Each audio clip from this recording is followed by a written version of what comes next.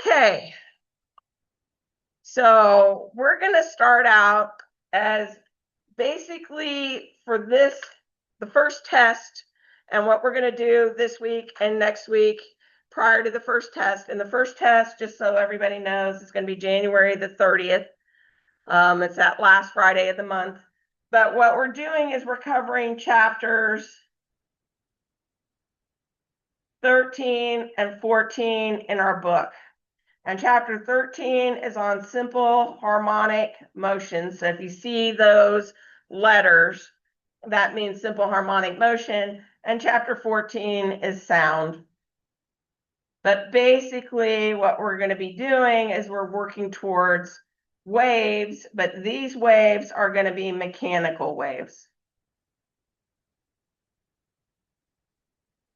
And we will talk about that as we get into where we're going. I'm going to see if I can sharpen this up a little bit. There we go. That way it's a little easier to deal with.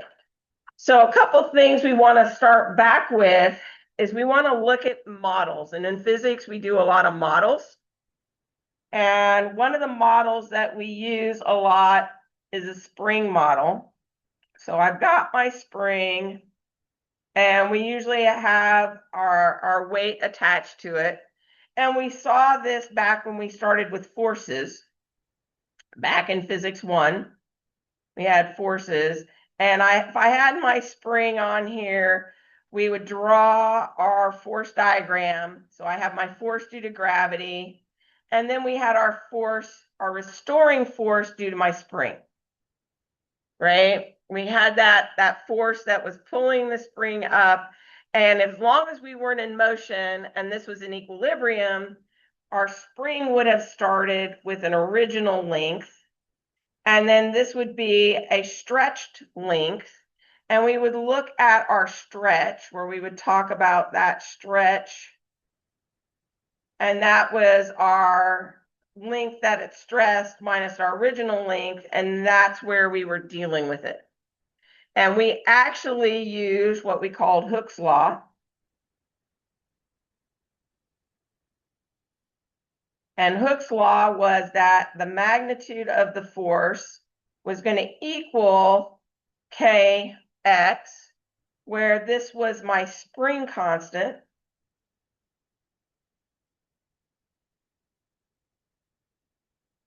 And this was related to the properties of my spring.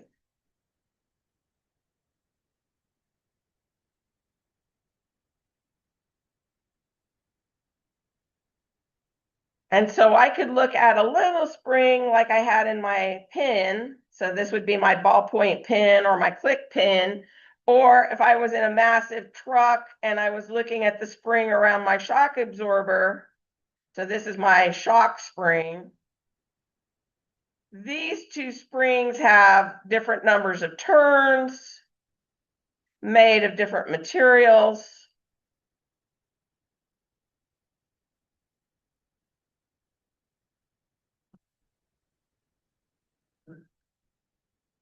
Different thicknesses.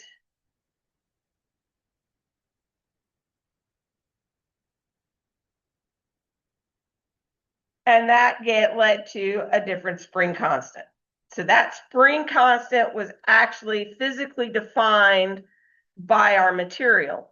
And remember that forces are vectors. So we want to remember that a vector has direction and magnitude.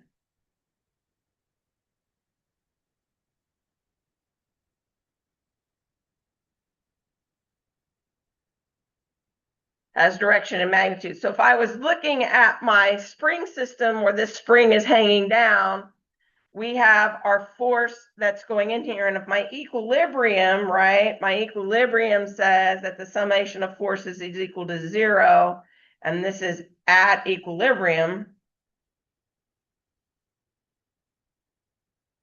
we could actually calculate our spring constant. So just as a reminder, so if I have my spring And let's say my stretch is going to be 0.10 meters. That's my stretch. And the mass of my block is going to be 0.5 kilograms. And if I'm doing my equilibrium here, the summation of my forces has to equal 0. This force of my spring, this is going to equal the force of the spring going up minus my force due to gravity, which is my weight. Just as a reminder, weights are forces. We can actually calculate our spring constant. So the magnitude of this force is going to be kx minus mg. What we're going to end up, that equals 0. K is going to equal mg divided by x. And I can put in my values.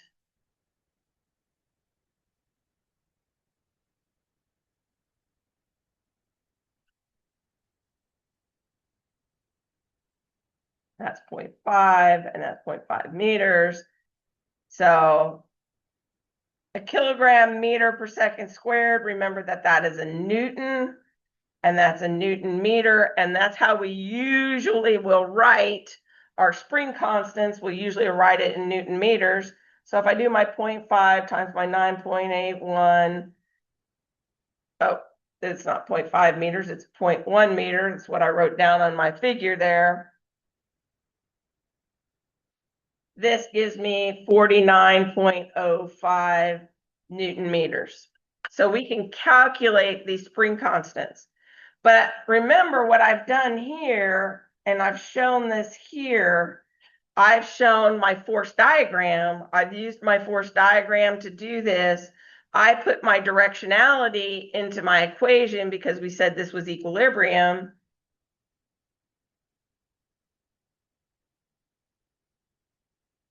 That's my equilibrium, and that equals 0. So we've got that, and we could work through that. But remember, Hooke's law actually is written out like this. So if I go back into my chapter in my book, Hooke's law is going to say that the force is equal to negative kx.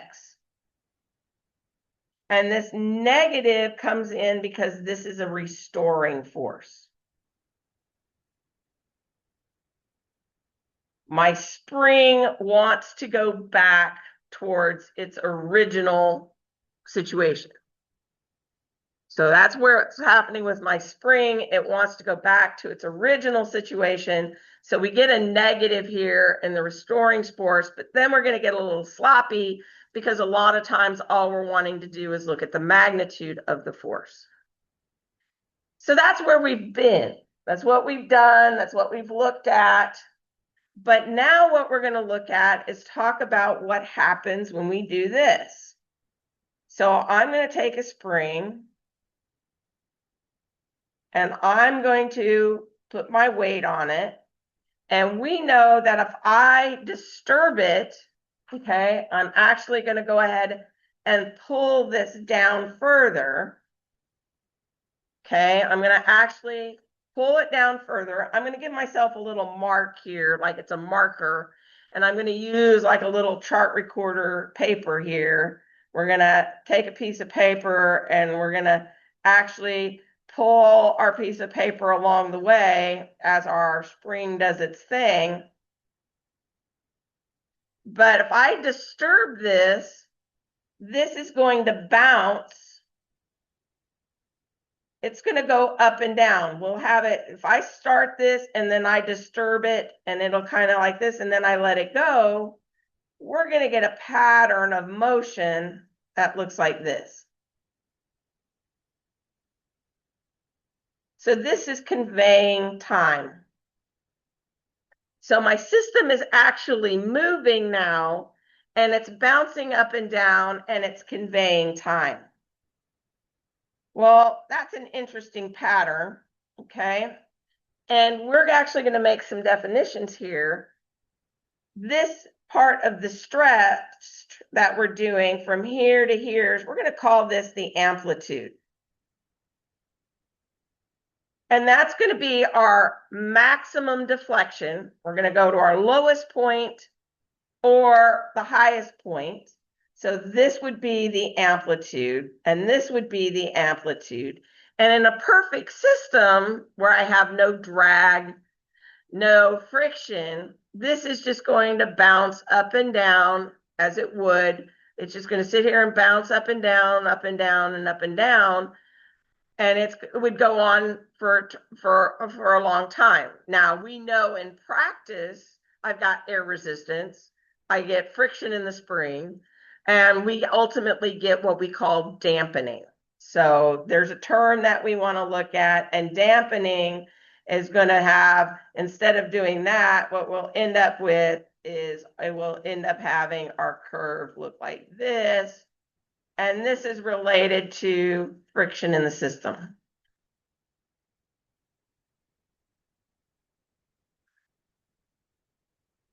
And we see that in a lot of different things.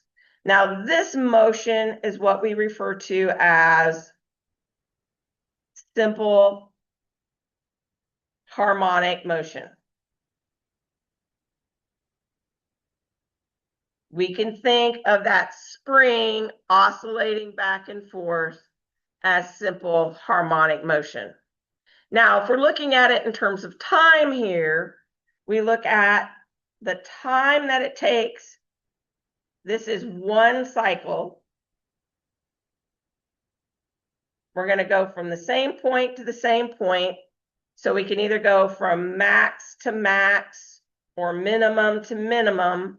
Those times are all the same. So this T and this T and this T are all the same. So I can measure from my start. So it's a complete cycle. And the time that it takes for a complete cycle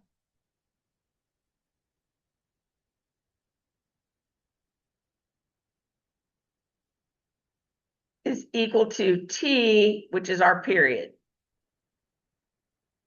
So we're going to define a big T as our period. So we get this simple, this bouncing up and down that gives us our simple harmonic motion as we're moving forward and we're moving through it. Now let's kind of look at this a little differently here. So I've got my spring system.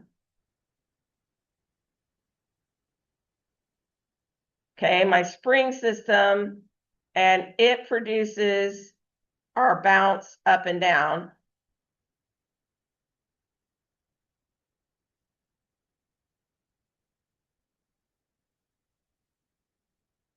Okay, and I didn't draw that as nice as I should have, but that's here, and this is my equilibrium point. Okay, that's my equilibrium point. And we can go from here to here, and that's one period. We can also define the frequency as 1 over the period. So this is our frequency.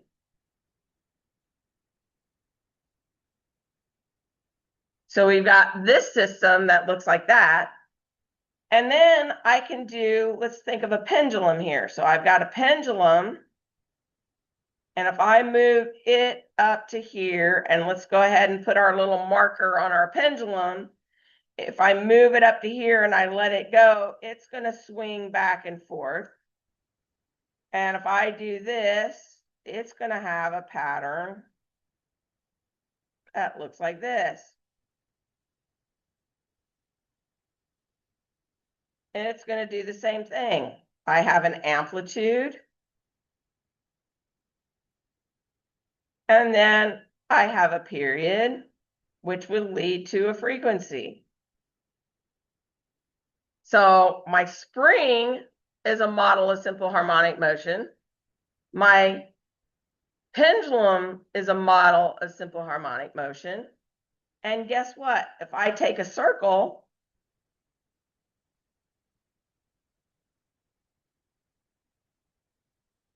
and I look at a bead on my circle, as my bead on my circle goes around the circle, if I look at it just in the Y direction, I'm going to start from here, and it's going to look like this. or the X direction, sorry, this is going to look like this. I'm going to get that pattern, or I'm going to get the pattern that looks like this. And the amplitude is just going to be the radius of my circle.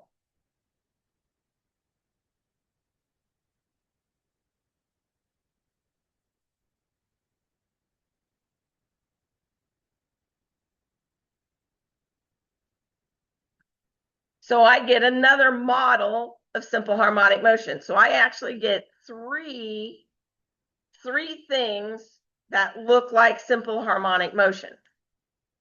Okay. It can be the bouncing of a spring. It can be the swinging of a pendulum. It can be an object traveling around in a unit circle. So guess what we're going to do? And you'll see this one pop up on Blackboard eventually. I'm going to want you to find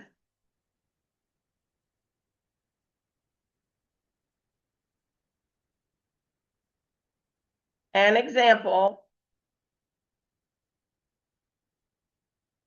of simple harmonic motion in your environment.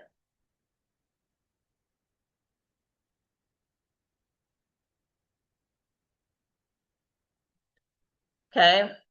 It could be something that travels around in a circle. It could be something that goes back and forth like a pendulum. It can be something that bounces up and down. But I want you to find an example of simple harmonic motion in your environment, and I want you to capture a video.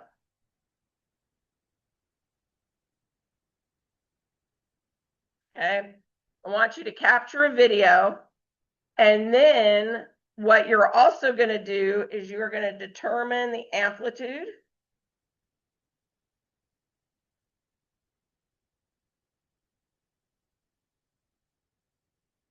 And you're going to determine the period.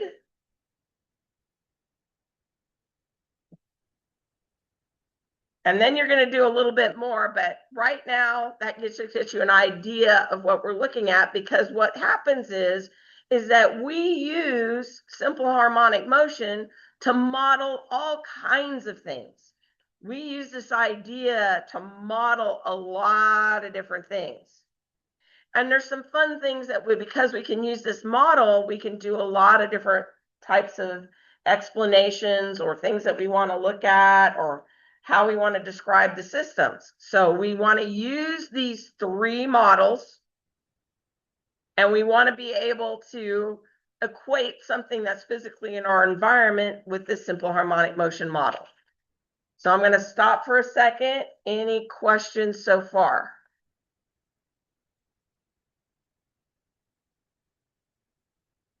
All right. Okay, so let's go back. We're going to start with our spring model again. And remember that Newton's second law says this, that the summation of forces is equal to the mass times my acceleration. All right, now in this case, we know that the forces are going to be up and down. And we know that as we are moving, this now isn't equal to zero. I have to have this situation going back and forth. This is also going to equal my Hooke's law. So one of the things that we can look at is the acceleration is going to be related to kmx, okay? And my acceleration is in the same direction my x, but this right here, this k over m, is a physical property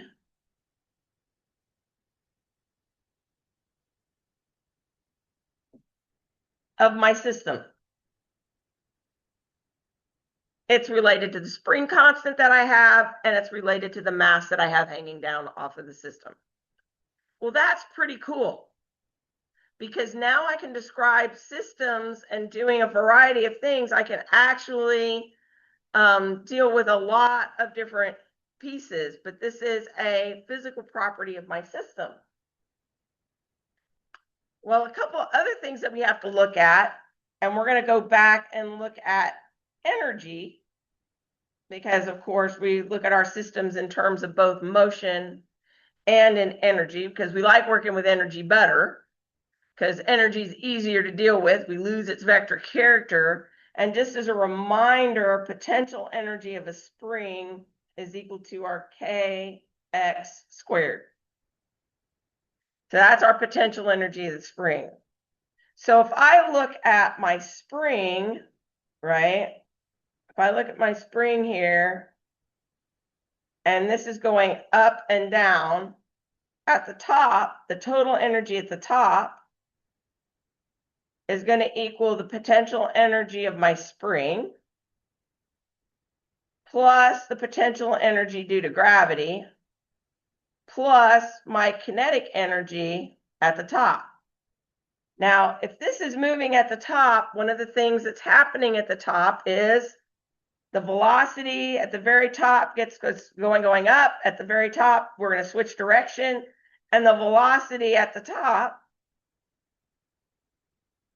is going to equal 0. Same thing down here at the bottom. We're hitting that transition. It's going to change from a downward motion to an upward motion. So the velocity at the bottom is going to equal 0. And depending on how I set up my system, my potential energy of my spring at equilibrium, guess what? It's going to be 0. I can do the same thing with a pendulum, because we actually did this back in Physics 1 with the pendulum. So if I look at the pendulum, I'm up here. My total energy at the top is just going to be the potential energy due to gravity plus my kinetic energy at the top. At the bottom, it's my potential energy due to gravity plus my kinetic energy at the bottom. And if I set up my system right, this becomes just kinetic energy, and then we get it going backwards over here as well. So I can do an energy plot of this. So I can look at my energies at any point through the system. So we can play with that. Now, if I look at this, the total energy at the top, or we can actually look at our system and we can write out a total energy system. The total energy, if I'm doing it as a horizontal spring, where in this case, my potential energy due to gravity, we can say is equal to 0. The total energy, if I'm at complete stretch, I'm at my maximum stretch, that's going to be 1/2 k amplitude squared, because that's my maximum x or my minimum x. Okay? Because that's my maximum stretch or my maximum compression.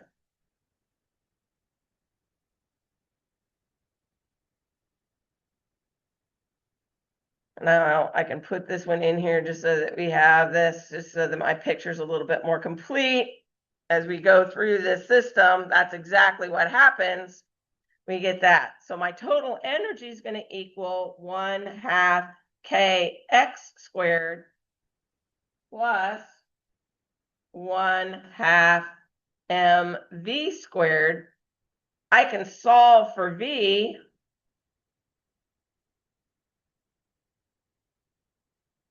And I can get that v is going to equal plus or minus, if I'm doing my vector, it's going to equal plus or minus the square root of kx, my amplitude squared, minus my stretch squared.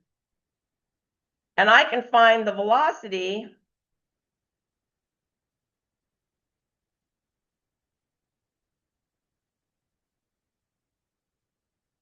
at any time during the motion.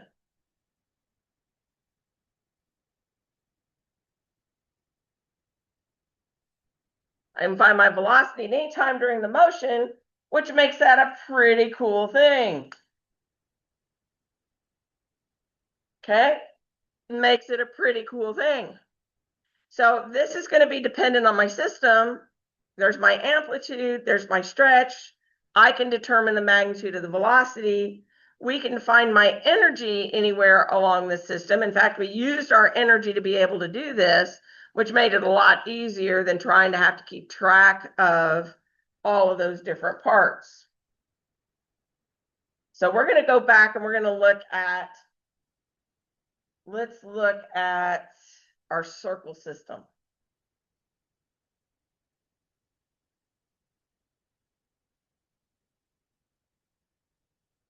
So I have my circle. I've got my object traveling around in the circle. So each one of these is A. So the time for one complete cycle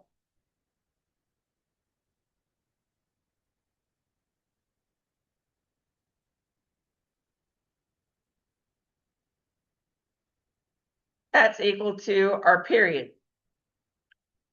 Because that's how we defined our period. Well, that's interesting, right? Okay.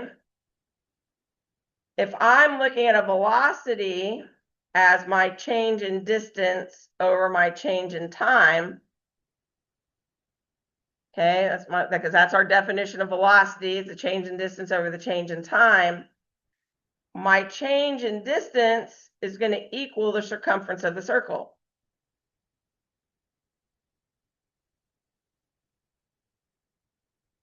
Because that's where,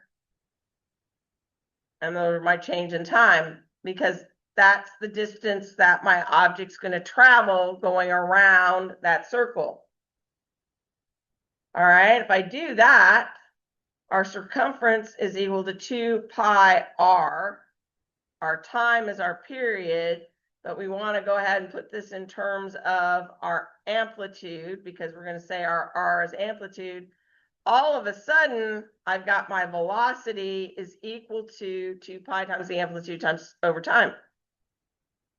Well, we do know that the period is equal to 1 over the frequency, or the frequency is equal to 1 over the period. So I could even write this as 2 pi amplitude frequency. So depending on where we are in our system, we've got that. So that makes us being able to look at what's happening around our circle. Okay? Happening around our circle. So we can play with those kinds of things. And we can actually look at this, and you can go back and look at pendulums and a variety of other things. We also know from circular motion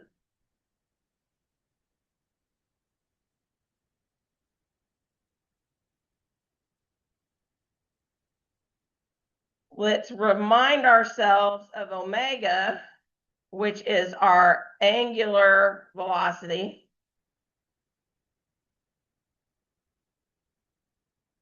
Or our angular frequency.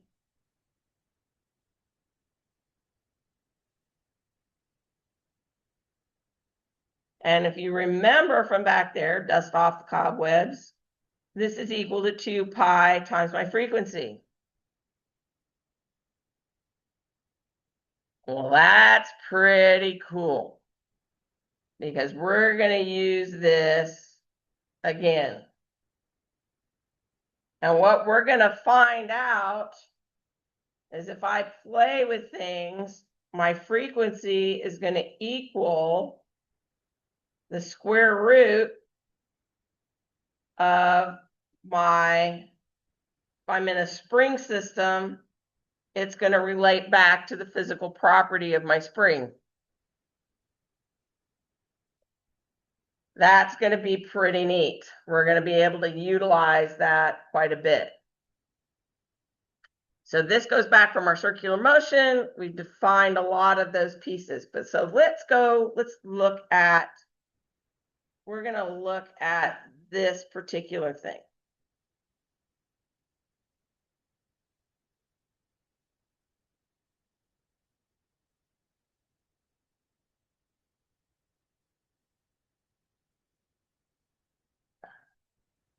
All right, it's Friday. Not the best drawing, but we've seen this system before.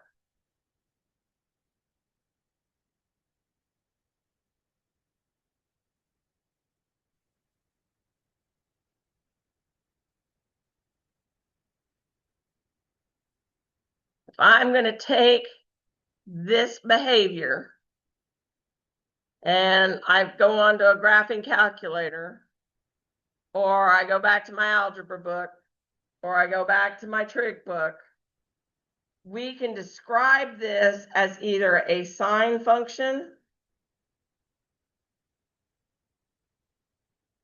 or a cosine function, right? And the only difference between my sine function, sine of the angle plus 90 degrees, is going to equal cosine of the angle.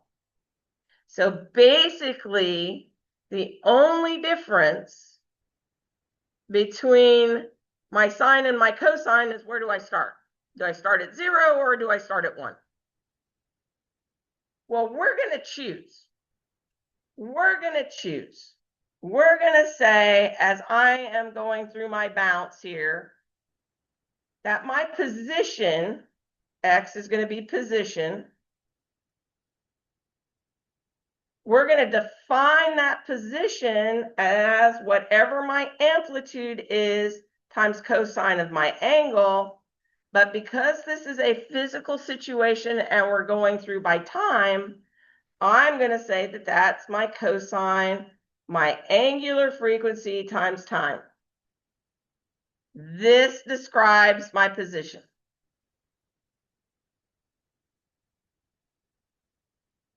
So as I'm going around the circle or I'm swinging back in the pendulum, I can define that position. Now, you guys are in general physics. If you were in our calculus-based physics, we would go through the whole derivation, but we're not going to do that.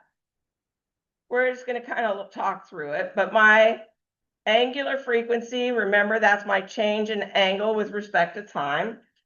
That's going to equal 2 pi divided by my period, which is equal to 2 pi times my frequency.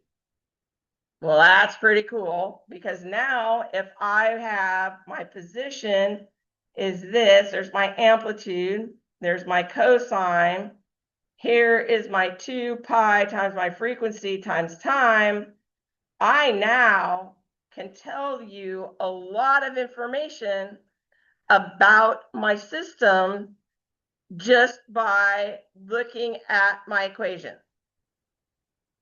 So let's say, for example, I've got a spring that's going back and forth. It's going to go back and forth with an amplitude of 0.2 meters. It's got a frequency of 0.5 seconds, which means that its period is going to be 1 over the frequency, which is going to be 1 over 0.5 second, or that's 1 over seconds, sorry. 1 over seconds, that's going to give me my frequency or my period. And if I do 1 divided by 0.5, that better be 2. That says my frequency is 2 seconds. Okay? So I can write my position at any given point is going to equal 0.2 meters cosine 2 pi times 0.5 times time. And now I get my 0.2 meters cosine pi t. I can now tell you the position of my block at any point in time on the system. I can tell you that just by looking it out. So if I gave you an equation that says x is equal to 5 centimeters cosine 3 pi t, you could give me the amplitude, the frequency, and the period. Well, the amplitude's easy. The amplitude's going to be 5 centimeters. The frequency, I've got 3 pi is equal to omega. 3 pi is equal to 2 pi times my frequency. That goes away. The frequency is equal to 3/2. And that's 1/seconds. And my period is going to be 2/3 seconds. I can take that information directly out of my equation. I can take it directly out of the equation. So for any given system, we now can look at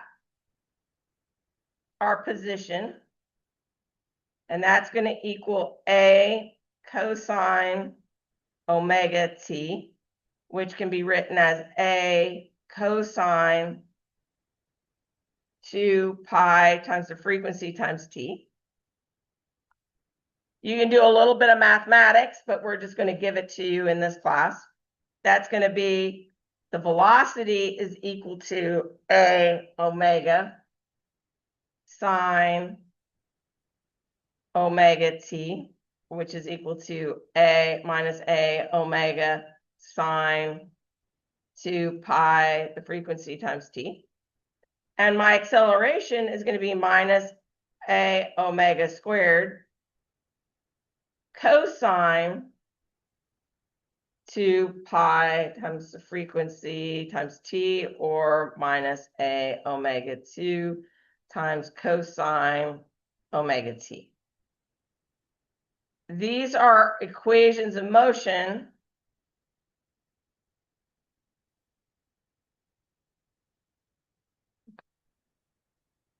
for a simple harmonic oscillator.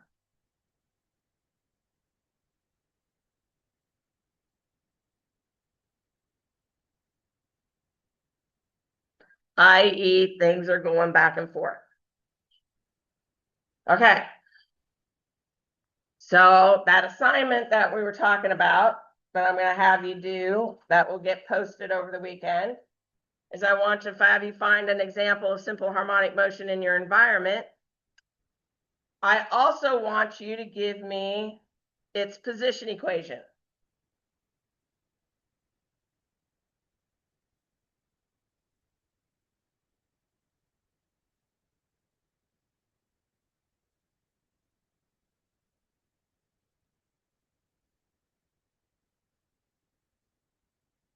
So here's an example.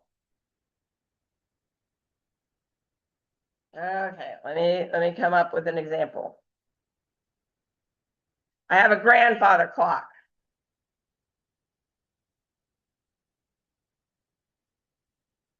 And it's got a big disc on it.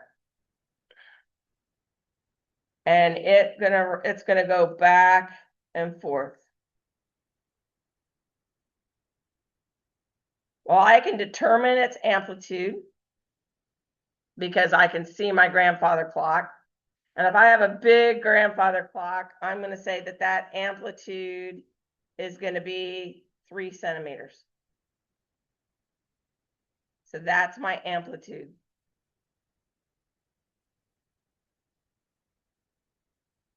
Okay. It's got 3 centimeters.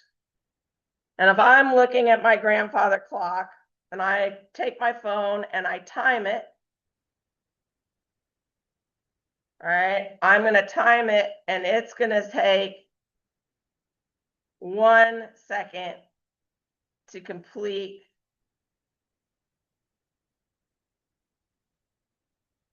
one period. Well, t is equal to 1 second. That means that frequency is equal to 1/t. This is going to be 1/1, which is going to be 1/1 second. That's my units. Or we can do it like this as -1, or you can have it as hertz. Those are all our units. So if I have that, my position 1 is going to equal the amplitude cosine 2 pi times my frequency times time. I'm going to provide that this is equal to 3 centimeters. Cosine 2 pi times time, and this is my equation of motion for the system.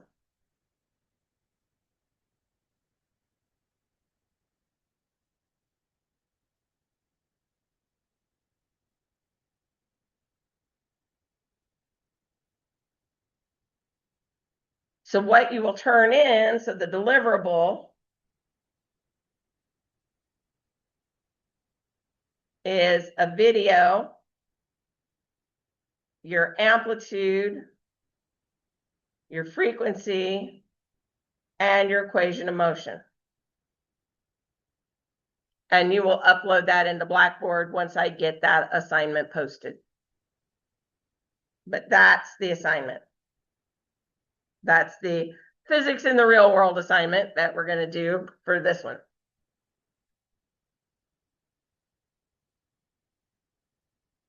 Okay. Questions so far?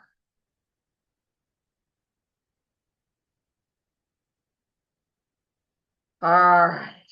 We're going to cover one more thing because I know brains are getting full. So I just described that grandfather clock. And if you were in my general physics class at the end of last semester, we did a simple pendulum lab. We're going to do that simple pendulum lab again. Okay. One of the things that we talk about in the simple pendulum lab is that we have to use the small angle approximation. And that gives us the fact that we can do that because what happens is that for a simple pendulum,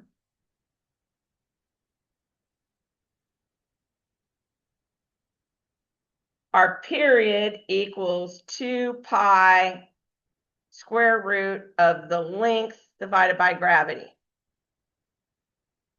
Okay. One of our first labs that we're going to do is we're going to repeat the simple pendulum laboratory. And what you're going to do for that laboratory is you're going to create a table. And we'll go over this more when we meet for lab. But just be prepared because I want to have the lecture part of it there, is that you're going to measure the period for various lengths. So you're going to have to find a piece of string. And I would recommend that you would have like at least a meter long string because that's going to help. And so we'll do a pendulum with a meter. And you're going to do, this is going to be the period for 10 cycles.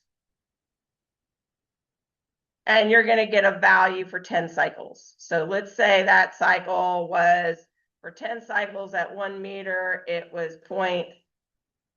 we'll say it was 1.5 seconds.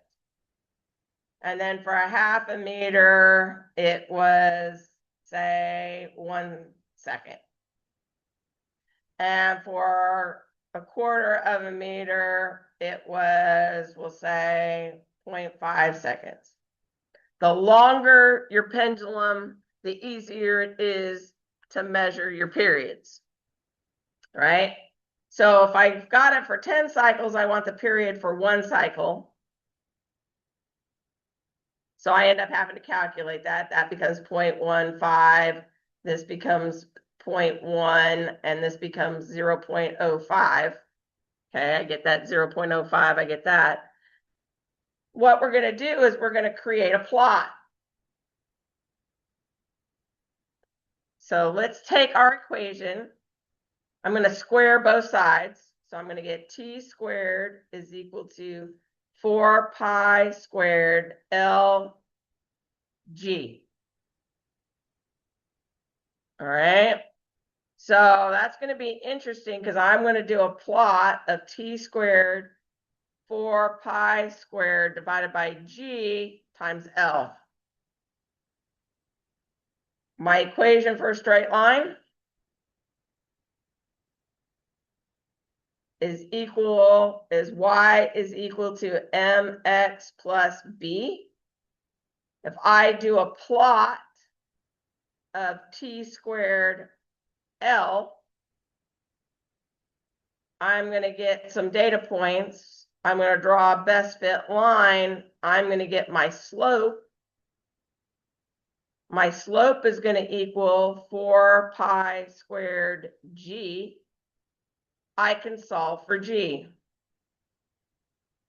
And that will give me my gravity. So we're going to measure gravity, but we're going to look at our pendulum as our system to be able to determine gravity.